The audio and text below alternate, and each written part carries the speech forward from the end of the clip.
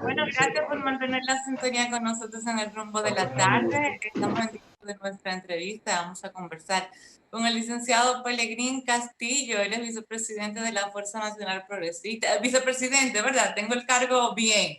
Y él es parte directivo de varios grupos, pero yo creo que todos tienen en común un elemento esencial, que es la defensa de la soberanía, de la República Dominicana. Así que buenas tardes, Pelegrín, gracias por estar con nosotros. El celular, el micrófono está apagado aquí en el... Bueno, ahí sí. Ahora Gracias sí. por estar con nosotros esta tarde. Gracias, muchas gracias por la invitación. Un saludo a todos los presentes. Ya vi a Juan Miguel Jr., creo que vi a Georgie, no sé. No, Olga estaba por ahí y Olga, Miguel sí. Guerrero en principio iba a estar, pero lamentablemente... Sí, pero vimos que murió su hermano, sí. Así es, falleció su hermano. No, imagínate. Le expresamos nuestra condolencia. Así es. Entonces, como Juan Miguel dejó como una pregunta de una introducción que le estaba haciendo, le voy a pedir que la retome para que por ahí, ¿verdad? Sí. Porque creo que el tema es uno de los principales temas de interés a tratar con usted. Sí. Sí. Juan Miguel. Sí, Juan sí. Miguel, ¿Me escucha? Sí, te sí, oímos. Hay un poquito de retraso. Sí, antes de la pausa, la pregunta que yo hacía, una pregunta para usted, gracias por estar en el programa con nosotros, aunque yo no soy parte del equipo, pero digamos en espíritu, sí. ¿Verdad? Sí, claro. Claro. Pues con su conocimiento de Derecho Internacional Público, pues lo cierto es que tenemos una realidad de una crisis que está ocurriendo en Haití, ahora mismo, minuto por minuto. Sí. Parece que tiene esa. No estamos conversando en este momento y se está actualizando el problema. Sí. Entonces, que está teniendo problemas con el internet, parece. Sí. Va a tener que salir y volver a entrar entonces, porque está teniendo problemas con el internet. Dale, sí. Continúa la pregunta tú, yo voy a conectar alámbrico esto. Doctor Pelegrín, buenas tardes. Sí, buenas tardes. Quiero hacerle una pregunta. Usted hace un tiempo hizo un llamado al presidente Luis Abinader para reforzar la frontera, algo que se hizo recientemente, para que enviaran tropas debido a la inestabilidad que está pasando el vecino país de Haití. También dijo que necesitaba instruir al Consejo Nacional de Migración a dejar sin efecto el plan de contingencia de 2019. ¿Por qué considera que esto representa una necesidad en este momento de crisis en Haití, teniendo en cuenta que ese plan contempla la creación de albergues de hasta 90,000 haitianos en las provincias fronterizas? Bueno, básicamente yo quiero empezar con un planteamiento que he venido sosteniendo a lo largo del tiempo. Las relaciones con Haití no nos plantean problemas migratorios, nos plantean un problema internacional. Y ahora lo estamos viendo, lo estamos confirmando. Es un Estado colapsado, un Estado fallido, un Estado, como dijo el presidente, inviable hoy, y eso amerita un tipo de respuesta que tiene que ser muy diferente a la respuesta que un Estado, cualquier Estado, le da a un problema migratorio.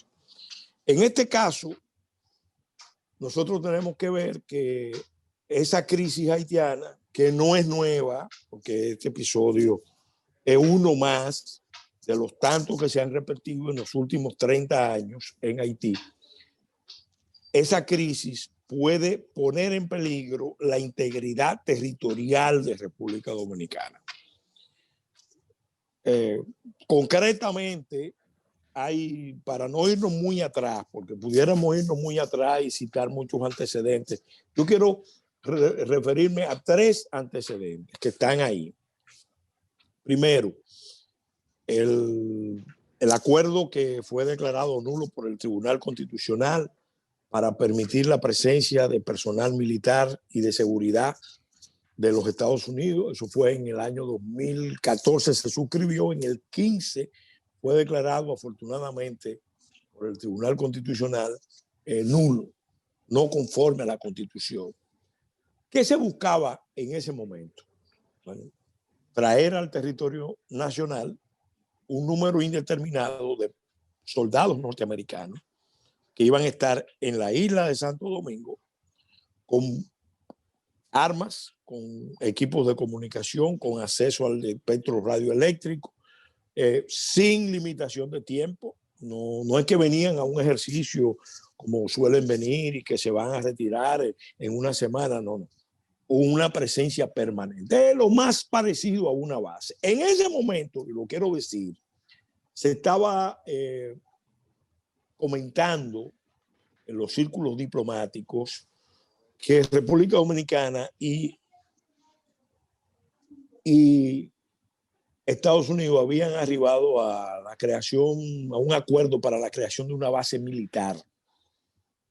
Y yo personalmente no estaba al tanto de eso, y incluso pero a esos diplomáticos. Que hubo el ruido, yo recuerdo el ruido. Sí, recuerda que hubo el ruido, incluso lo que se explicó fue que se estaba construyendo una estación de la Marina en Isla Saona por parte de la Armada Americana, pero el ruido de la base militar se discutió. Y yo lo sé porque varios embajadores me trataron el tema. Me trataron el tema como personas informadas. Después, inmediatamente después que se rechaza eso, en un acuerdo de preautorización que no tiene nada que ver con refugiados y asilo, el embajador Brewster, despidiéndose, logra incluir un anexo y unos artículos que cuando se interpretan correctamente a la luz de lo que está pasando y de lo que ha pasado antes, están dirigidos básicamente a convertir a República Dominicana en país de refugio.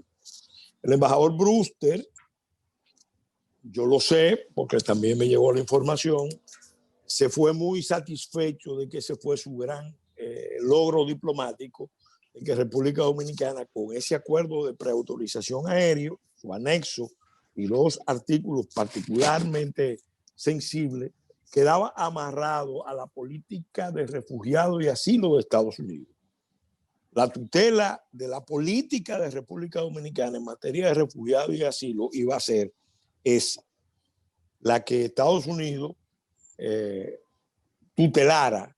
Y además, el artículo, un artículo, creo que es el 3, numeral 6, está redactado de una manera tal que obliga al Estado Dominicano, para poder mantener el supuesto privilegio de tener acceso al territorio norteamericano, en condiciones bueno, en condiciones de paridad, como si fuera el propio territorio norteamericano, entonces obliga a República Dominicana a tener que buscar las fórmulas en su legislación, si no hay en el ámbito de los convenios, para acoger a las personas que solicitaran asilo o refugio aquí y que no tuvieran esas condiciones. Esos son antecedentes que no podemos analizarlo al margen de lo que está pasando. En el 19 y 20, como se ha denunciado, a mí me llegó el plan de contingencia.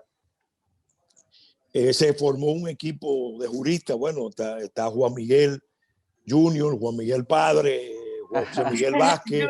Junior, sí. En esa batalla legal por declarar nulo y porque se tomen providencias oportunas con relación al plan de contingencia, que el plan de contingencia se adoptó en función de ese acuerdo del 16. En el fondo, cuando uno ve, hay toda una lógica de amarrar a República Dominicana a esa condición de país de refugio. Y ese plan de contingencia, lo que ustedes ya lo han ventilado, busca que ante la eventualidad de una crisis en Haití, República Dominicana abra su frontera y reciba en la zona fronteriza, en 7 provincias, aproximadamente 500,000 de haitianos. Pero en esa provincia, la población de esas provincias no se acerca a 500,000 de personas. No, es perder el control territorial. Pero claro. Esto es algo que tiene antecedentes.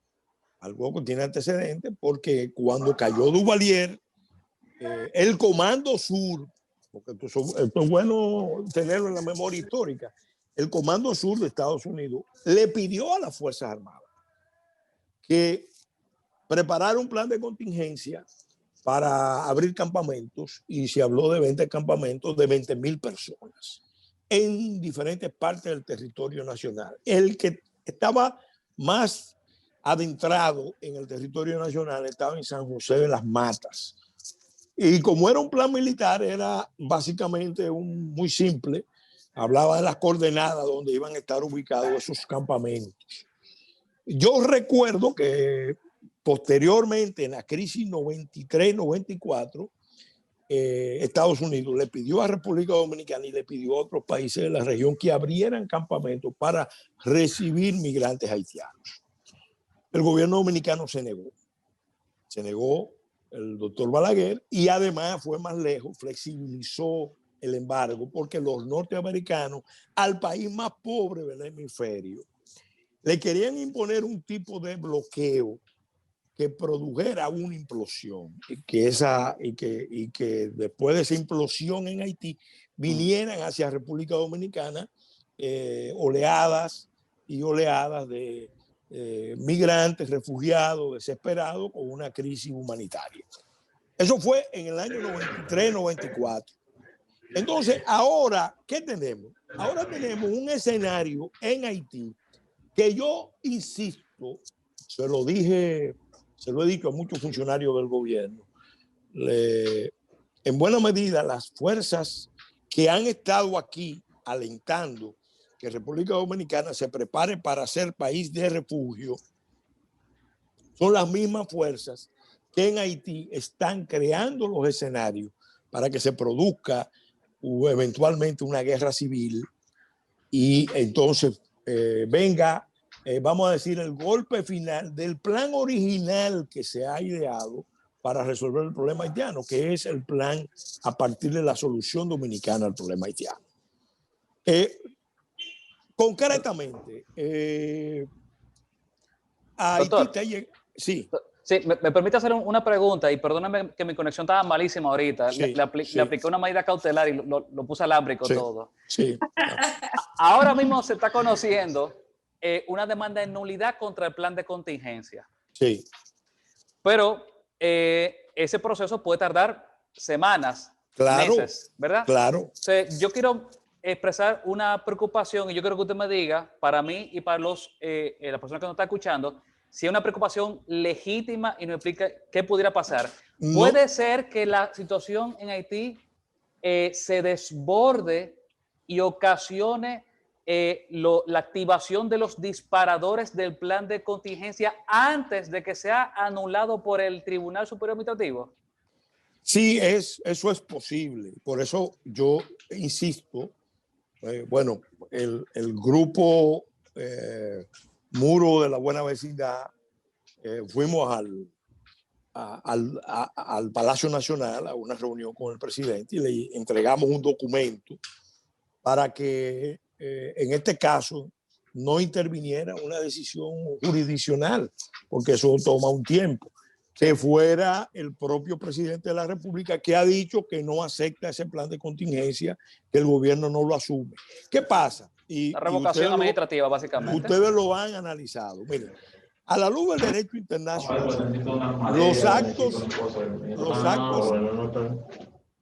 a la luz del derecho internacional, los actos unilaterales pueden obligar a los estados. Pero en este caso no estamos hablando de un acto unilateral del Estado Dominicano. Ese plan de contingencia en realidad fue un plan concertado con el Departamento de Estado, con la OIN y con ACNUR. Entonces, en términos vamos a decir, de obligaciones internacionales, ya se puede decir que en principio el Estado Dominicano está obligado, a menos que no intervenga una decisión echando hacia atrás ese acuerdo. Claro, vamos a decir, si ese acuerdo no es sancionado por la Cámara, ese plan de contingencia no es sancionado por la Cámara, tampoco obliga. Pero estamos trabajando con potencias, con organismos internacionales que sencillamente y respetan la soberanía de Haití y respetan la soberanía de República Dominicana. El presidente Abinader dice, ese plan es del gobierno pasado y yo no voy a coger eso, y punto. ¿Qué pasa? No, él lo ha dicho ya, y lo dijo el canciller. Sí, pero a la luz de los mensajes que hay que mandar, tiene más fuerza si él instruye a los ministros o al director de migración o al mismo Instituto Nacional de Migración y le dice, miren, vamos a mandar esta señal para que nadie haga cálculo que puede contar con República Dominicana en función de ese plan. Porque muchos de los eventos, miren, yo quiero que estemos claros, esos eventos en Haití son parte de una preparación.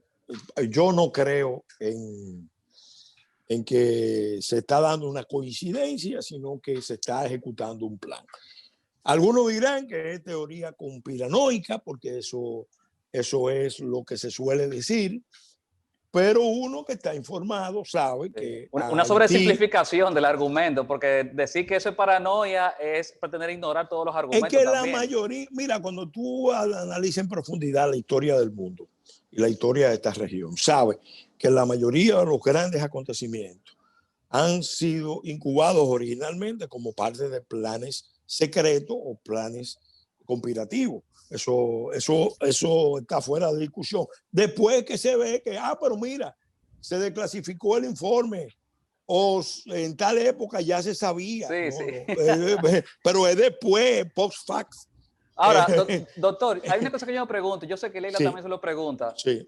En ese plan de contingencia se le dan una cantidad absurda, ilegal, una cosa improcedente de funciones al Centro de Operaciones de Emergencia, al COE. O sea, el plan no tuvo ni siquiera el cuidado de reivindicar las funciones ejecutivas de la Dirección General de Migración, ni las decisiones sobre refugiados que corresponden al CONARE, ni siquiera al Consejo Nacional de Migración también, que es el organismo colegiado creado por la ley. O sea, agarró a la entidad que quizás menos tenía que ver, al COE, y le dijo, ustedes son los que activan, ustedes son los que ejecutan. O sea, incluso le dio atribuciones a las alcaldías, a los gobiernos locales. Gobiernos locales, o sea, voló la ley de migración. La pregunta es, ¿por qué de todo lo que podían decir, incluso del Ministerio de Defensa, por qué el COE? ¿Por qué se van a una entidad, a una dependencia de esa naturaleza? ¿Por qué?